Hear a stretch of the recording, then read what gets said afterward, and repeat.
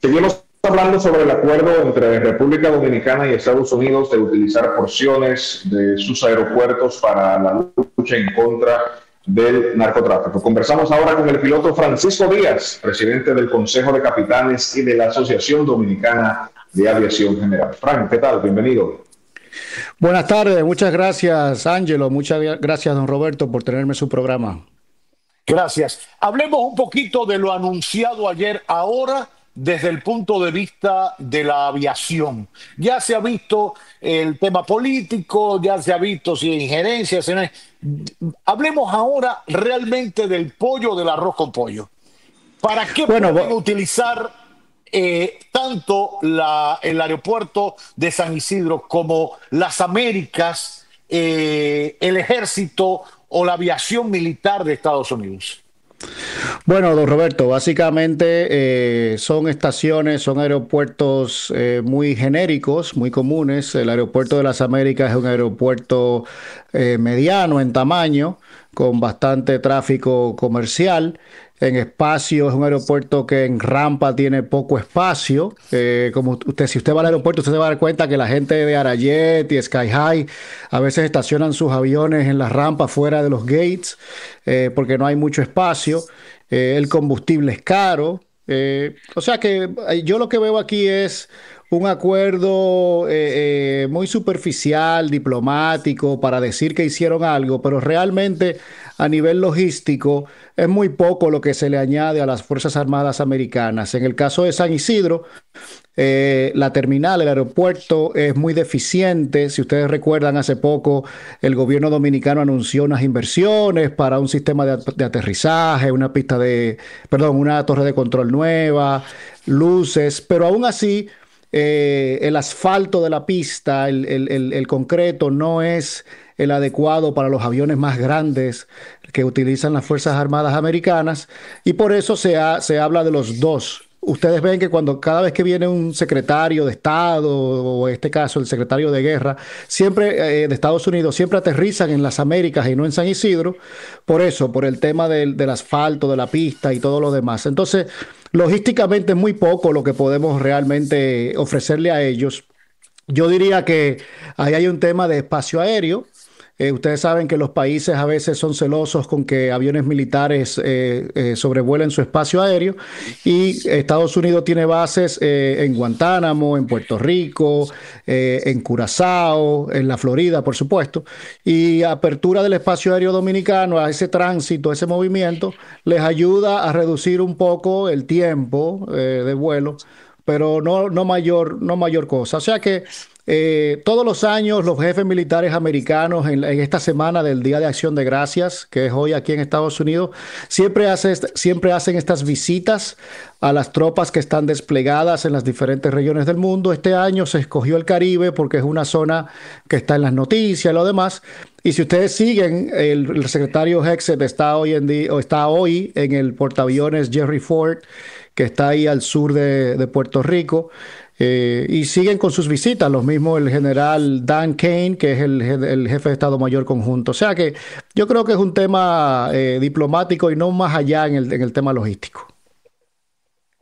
¿Afectaría el uso del espacio aéreo de República Dominicana el flujo comercial de aeronaves que salen de República Dominicana y que vienen al país? No, porque el espacio aéreo dominicano, hay dos espacios aéreos que a veces la gente confunde. Está el espacio aéreo nacional, que es el espacio aéreo vertical a lo que es la isla, ¿verdad? El que está encima del territorio de la isla como tal, y el espacio aéreo que controla el Centro de Control de las Américas de Santo Domingo, que es lo que se llama la zona de información, el FIR Santo Domingo. Entonces, FIR Santo Domingo, para que tengan una idea, llega desde unas cuantas millas al norte de Puerto Plata hasta el medio del Caribe al sur. De ahí en adelante controla Curazao. Ese es el FIR. Eso no es espacio aéreo nacional. El espacio aéreo nacional son solo 12 millas náuticas fuera del terreno, de ahí hacia arriba, hasta el infinito. Entonces, cuando tú piensas a nivel de avión, lo que la isla de Santo Domingo representa son solo unos minutos. Y nuestro movimiento de tráfico aéreo, el aeropuerto de mayor tráfico es Punta Cana. O sea que cualquier avión norteamericano que vaya a sobrevolar la isla no interfiere con ese movimiento de tráfico aéreo comercial de Punta Cana, Santiago, las Américas, porque no es tal el flujo para interferir. Por ejemplo, aquí en la Florida, yo estoy en la ciudad de Miami. Ustedes saben que el aeropuerto de Miami tiene bastante movimiento junto con el de Fort Lauderdale, pero aquí tenemos varias bases militares. En la ciudad de Miami tenemos aquí Homestead, que es una base militar de la Reserva, y cuando bajamos a los Cayos de la Florida, ahí está la base aérea de Boca Chica, que es de la Armada de los Estados Unidos, y así hay muchas bases más en todo el estado de la Florida y no hay interferencia. Así que no creo que cause mayor relevancia eso.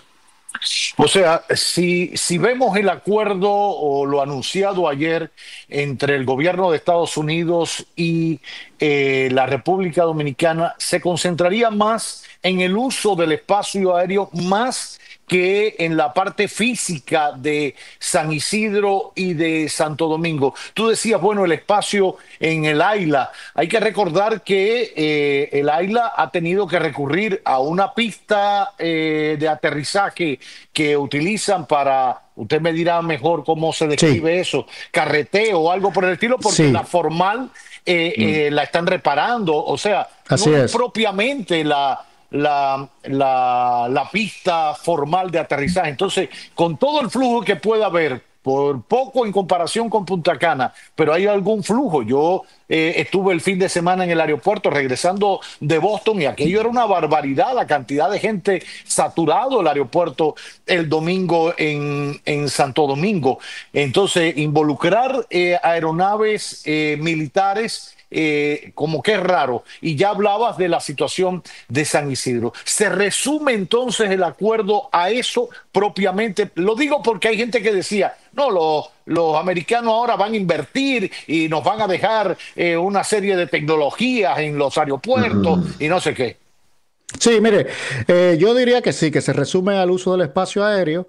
Yo creo que lo que se anunció ayer, yo lo veo como una visita de cortesía del secretario y que tenían que anunciar algo, ¿verdad? O sea, si él viene y va al palacio, se reúne con el presidente, algo tiene que dejar. Entonces, lo que se anunció es muy pequeño. Están hablando de dos o tres aviones tanqueros que son los KC-135, KC-10, que son estos que le proporcionan combustible a otros aviones, ¿verdad? Y los C-130, que son los cargueros, los Hércules, que dentro de los cargueros son el más pequeño, son de los más pequeños que ellos tienen. Entonces, en el aeropuerto de San Isidro, pues, perdón, en el aeropuerto de las Américas, porque en San Isidro ni siquiera hay mucho combustible. En el Ujú. aeropuerto de las Américas, pues como tienen acceso ahí al combustible de jet, pues estos tanqueros podrían reabastecer combustible y hacer sus órbitas de pasarle combustible a otros aviones. Pero eso ellos lo hacen también en Puerto Rico, lo hacen en Guantánamo, lo hacen en la Florida. O sea que a nivel de vuelo, nosotros siempre pensamos como que somos un país grande, pero realmente somos una isla pequeñita.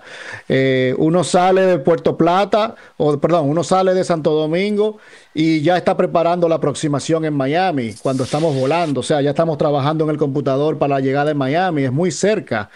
Entonces, a nivel de distancia de vuelo, está todo junto. Guantánamo, los Cayos de Florida, Puerto Rico, Trinidad y Tobago, Curazao. O sea que realmente es algo que logísticamente es de poco impacto. Yo, como le digo, creo que utilizarán el aeropuerto de las Américas para reabastecer y continuar. Y el presidente habló de solo dos o tres aviones, un permiso creo que de 5 meses, o sea que tampoco es la gran cosa. A mí sí me gustaría ver que hubiera, nosotros, mi empresa, hacemos mucho apoyo a las Fuerzas Armadas Americanas a lo largo del planeta. Volamos en apoyo a ellos en Asia, en Europa y en otras latitudes, en otros países. Sí uno ve una cantidad mucho más grande de aeronaves norteamericanas en diferentes operaciones y sí hay una inversión norteamericana en mejorar la infraestructura. Le pongo el ejemplo de la base de Rota en el sur de España, en Cádiz, que es la base naval más grande de Europa. Es una base que cuando usted va allí, Estados Unidos es quien ha puesto el dinero ahí para construirla y es un beneficio para la Armada española que no ha tenido que invertir tanto y tienen esta base que es de ellos, de los españoles, pero que los americanos la usan. Entonces, al final, siempre cuando hay este tipo de interacción, cuando ya es mayor la cosa, pues los Estados Unidos invierten y la comunidad local se beneficia. Yo decía hace poco aquí en Twitter, en X, hablaba de la comisión del Congreso de los Estados Unidos que se llama BRAC, que es la comisión que se encarga de abrir y cerrar bases en todo el planeta. Y cada vez que hablan de cerrar una base militar dentro de Estados Unidos o fuera de Estados Unidos, siempre las comunidades protestan porque hay mucho movimiento de dinero. Cuando Estados Unidos tiene una base militar, qué sé yo, en Alemania, Ramstein, que es enorme, tiene 20.000, 30.000, perdón, 200.000 soldados y civiles norteamericanos, pues son gente que ganan buen dinero, que invierte, que compran casa en la comunidad, que van a restaurantes.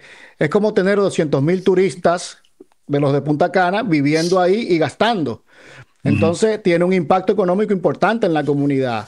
Y República Dominicana, siendo un aliado cercano a Estados Unidos, pudiera beneficiarse de algo así.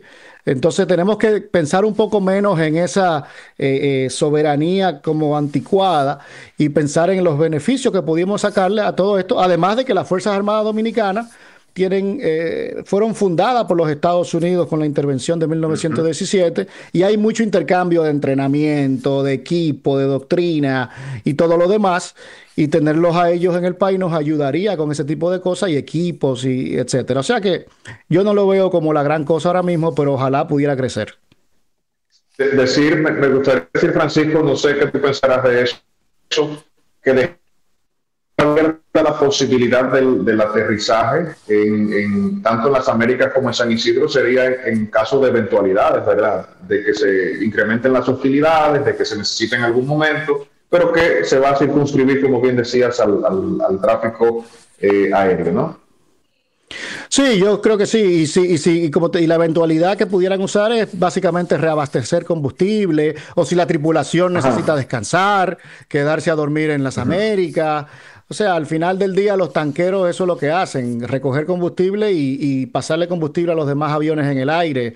Esos aviones que ustedes ven que bajan a hacer el show of force, la demostración de fuerza, que son los aviones bombarderos y los aviones de combate, generalmente necesitan reabastecimiento de combustible en el aire, vienen de bases lejanas, por ejemplo, los B-52 vienen desde la base de Minute en el centro de los Estados Unidos. Los aviones de combate pues utilizan los que están ahí cerca en el portaaviones que está al sur, pero necesitan reabastecimiento y para eso están esos tanqueros. Déjeme decirle que Estados Unidos es uno de los pocos países en el mundo que tiene este tipo de capacidad de aviones tanqueros, y en el mundo de la OTAN es súper importante el apoyo de los Estados Unidos precisamente por esos tanqueros, porque los países de la OTAN tienen muy pocos o con muy poca capacidad, y esos son los aviones que como decimos en la aviación, te hace que las patas, las piernas sean más largas, que puedas ir más lejos. Así que incluso fue un tema esencial, no porque existiera en ese momento, todo lo contrario, fue a partir de la experiencia de la Segunda Guerra Mundial que no podían llegar hasta Alemania completa, o sea, era complicado el tema del abastecimiento de combustible de los aviones saliendo de Inglaterra para llegar a territorio alemán y bombardear y regresar, era un tormento, fue un tormento. Así es. Que en la ingeniería militar los Estados Unidos han podido resolver. Ahora, una pregunta, Francisco. Ya sabemos, decía, bueno, algo tenía que decir el secretario o el secretario de Guerra en su visita a Estados Unidos, algo tenía que aportar República Dominicana a esta situación que hay en el área, porque hasta ahora más allá de fijar posiciones, en declarar el cartel de los soles terrorista o narcotraficante, o sea, posiciones de principio, necesitaba algo, digamos que material, por llamarle de alguna manera, espacio aéreo, Sí, una pista donde aterrizar, etcétera. Pero todo eso, salvando esa explicación, todo eso no lo puede hacer Estados Unidos en Puerto Rico, que está al lado. O sea, ¿qué nos separa entre el aeropuerto de San Isidro y Vieques? O, bueno, Vieques es una base naval, o un aeropuerto en Puerto Rico, o la base naval de Guantánamo, que está del otro lado. Nosotros estamos en el medio. ¿Qué así es. aportamos realmente en efectividad, en atención, en recursos, si Muy están poco. todas esas bases?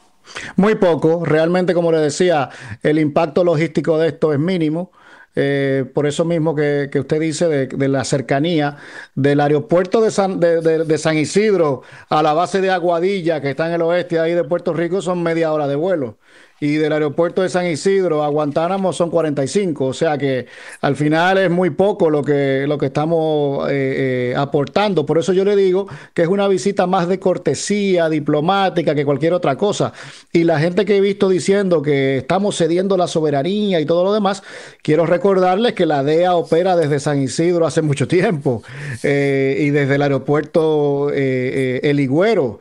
Ahí hay unos Cessna Caravan que lo donó la DEA y lo vuela la Fuerza Aérea Dominicana y trabajan en conjunto.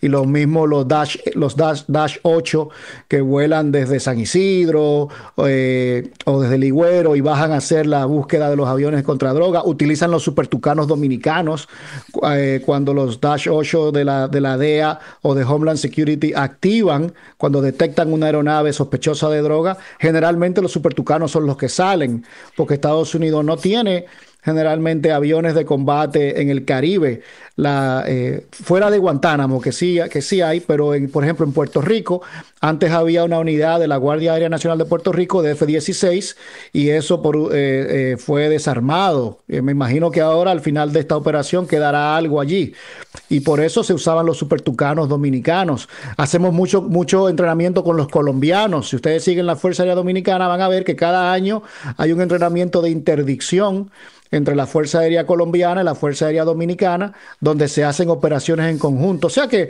está bastante interoperativo y esto nos ayuda a nosotros a aumentar la interoperatividad. El tema de los radares, que nosotros hemos dicho, necesitamos radares meteorológicos, radares de control de tránsito aéreo. Pues esto, si eventualmente Estados Unidos tiene más presencia, pues pudiéramos conseguir préstamos o ayuda para radares y cosas así, y desarrollar esa interoperabilidad en el Caribe, interconexión, y que haya manejo de información, que haya manejo a nivel electrónico y todo lo demás. Nos ayuda en todo, desde el tema de drogas, el tema militar, el tema de meteorología. Cada vez que vienen, señores, los aviones cazahuracanes, la mitad de la flota son militares. Y Ujú. nadie se queja de que vengan a ayudarnos en cada temporada ciclónica, que termina ahora el domingo la temporada ciclónica. Y son Ujú. aviones C-130, Hércules militares. Hay Ujú. unos que son de NOAA, que son civiles, pero a los otros que son de la unidad de reserva de Mississippi son todos militares. Yo he volado en esos aviones, o sea, que al final hay mucha interoperabilidad, interacción. Yo tengo, por ejemplo, varios colegas dominicanos que son pilotos de la Fuerza Aérea Norteamericana y que Ujú. si un día hay algún tipo de actividad en República Dominicana, ellos pudieran pedir un permiso para ir a dar su servicio en República Dominicana. Hay mucho dominicano en la Fuerza Armada de los Estados Unidos. O Ujú. sea que al final es como tener a los primos en casa. Eso así como yo lo Ujú. veo. Incluso pilotos que vuelan los aviones del secretario de Estado, Así es. vamos a dejarlo ahí. Ahora, dígame por último, ¿qué se sabe del despliegue? Ya se sabe que hay un gran despliegue militar en el área del Caribe, que está el portaaviones Ford, que supuestamente se está retirando del área del Caribe o regresando, que si un problema técnico o lo están retirando porque hay negociaciones entre Trump y Maduro. Pero desde el punto de vista de despliegue militar aéreo, ante una operación de este tipo, ¿qué se ha movido para el área? ¿Dónde se ubica? No es lo mismo usted fondear un barco o un portaaviones o un submarino y tenerlo que tener aviones. ¿Cómo funciona esto? ¿Qué información hay sobre esto? Perdí el sonido. ¿Usted me escucha? ¿Ustedes Sí, me escuchan? perfectamente, te escuchamos Yo perfectamente. perdí el sonido. Pero bueno, Ya. lo que logré escuchar fue la pregunta sobre el despliegue militar y lo que hay ahora mismo en el Caribe. Pues es básicamente, mire, yo le contaba ayer a un periodista dominicano que este mismo tipo de despliegue lo hemos visto en otras regiones del mundo. Como yo le decía, nosotros en mi empresa, en mi aerolínea, hacemos mucho servicio a las Fuerzas Armadas norteamericanas en otras partes del mundo y hemos visto el mismo tipo de despliegue, por ejemplo, en el Medio Oriente, cuando la cosa se calienta con Israel, o en el Pacífico, por ejemplo, hay bastante despliegue alrededor de China y el mar sur de China. Y estos despliegues generalmente no siempre significan que vaya a haber un conflicto armado. Y eso es lo que yo quisiera que la gente entienda de este tipo de cosas. Al final, el Departamento de Guerra y las demás instituciones militares de los Estados Unidos, pues le preparan el tablero de ajedrez al presidente para que éste decida qué hacer. Y muchas veces estos despliegues se hacen en preparación de esas opciones que se le dan al presidente para que decida. Así que así es como yo lo veo. Yo creo que al final del día esto todavía no se ha decidido. Se está trabajando de manera diplomática, pero como dicen ellos, como decía Roosevelt, habla de manera bajito, pero lleva un palo grande. Speak softly, but carry a big stick. Y eso es lo que están haciendo. Están preparándole el tablero para que el presidente decida qué va a hacer. Y eso puede ser que simplemente no sea nada. Fíjense que Trump en el primer periodo hizo todo un despliegue muy parecido con Corea del Norte y terminó haciéndose de amigo de Kim. No llegó Sí. a una acción militar y en aquel momento se hablaba hasta de una acción nuclear de parte de las Fuerzas Armadas americanas. Ahora con Irán se hizo algo parecido, un despliegue enorme con 2 portaaviones también y al final el ataque que se hizo fue muy pequeño con solo 2 o 3 aviones. O sea que creo que tenemos que esperar y ver cómo el tema se desarrolla. Qué bien. Capitán, gracias. El capitán Francisco Díaz, presidente del Consejo de Capitanes y de la Asociación Dominicana de Aviación General, acompañándonos en este magazine que no tiene nombre.